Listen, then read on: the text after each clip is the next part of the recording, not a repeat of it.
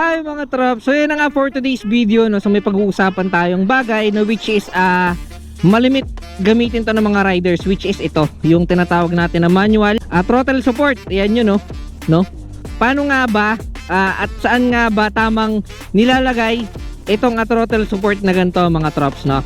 So yan yung pag-uusapan natin for today. At ituturo ko nga sa inyo mga trops kung saan nga ba talaga ito dapat nilalagay. Actually ito kasi nakagisna na to ng mga rider yun dyan, di ba? Pero kung tutusin, dapat ang pinaglalagyan talaga niyan mga trops ay, wait lang ha, medyo pupesto tayo ng maganda-ganda para hindi naman tayo maano, kasi medyo babagal tayo dahil ituturo natin kung saan nga ba talaga dapat nakapesto yan. Okay? So ito kasi tignan nyo ha, ito isipin nyo mga trops, nakaganyan ka diba? So ang kukontrol sa'yo is ito, yung gilid. So pag ginanyan mo yan, mapipilitan kang medyo iganyan yung kamay mo, ibaba, no? Medyo ibababa mo siya na pag ganun. Okay?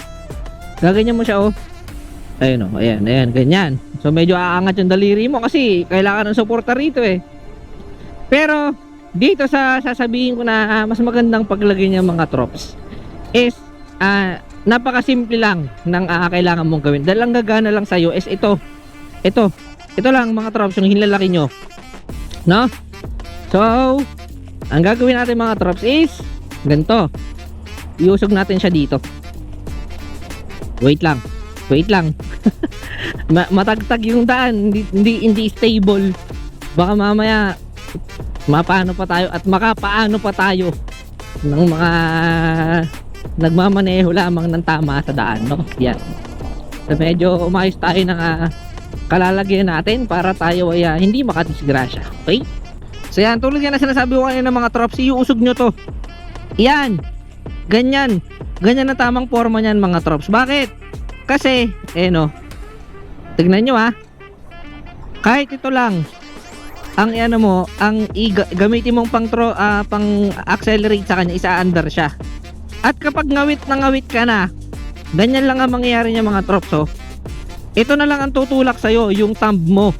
Ayan, diba? At safe pa yan mga trops kasi kontrolado nyo ng thumb nyo mismo yung power acceleration ng inyong mga throttle. Okay? So yan, advice ko ito mga trops dahil ilang buwan ko na itong ginagawa at ginagamit at talaga namang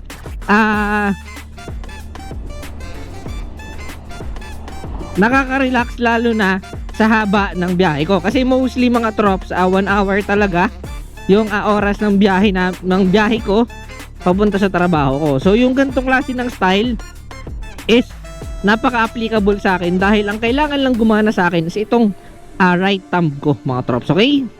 So yan, so hindi ko naman sinasabi na ito yung tama talaga, no?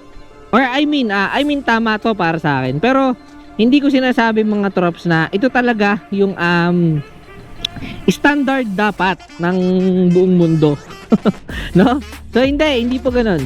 So pinapakita ko lang sa inyo mga trops kung saan nga ba talaga pinaka best, no? Pinaka best at pinaka tamang paglagyan para hindi tayo mangawit, no?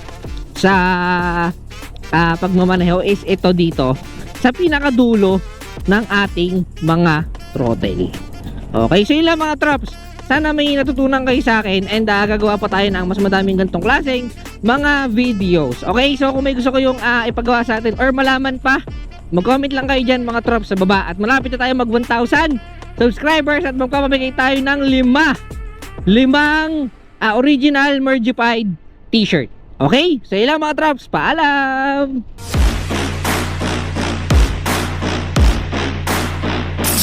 Working with the best.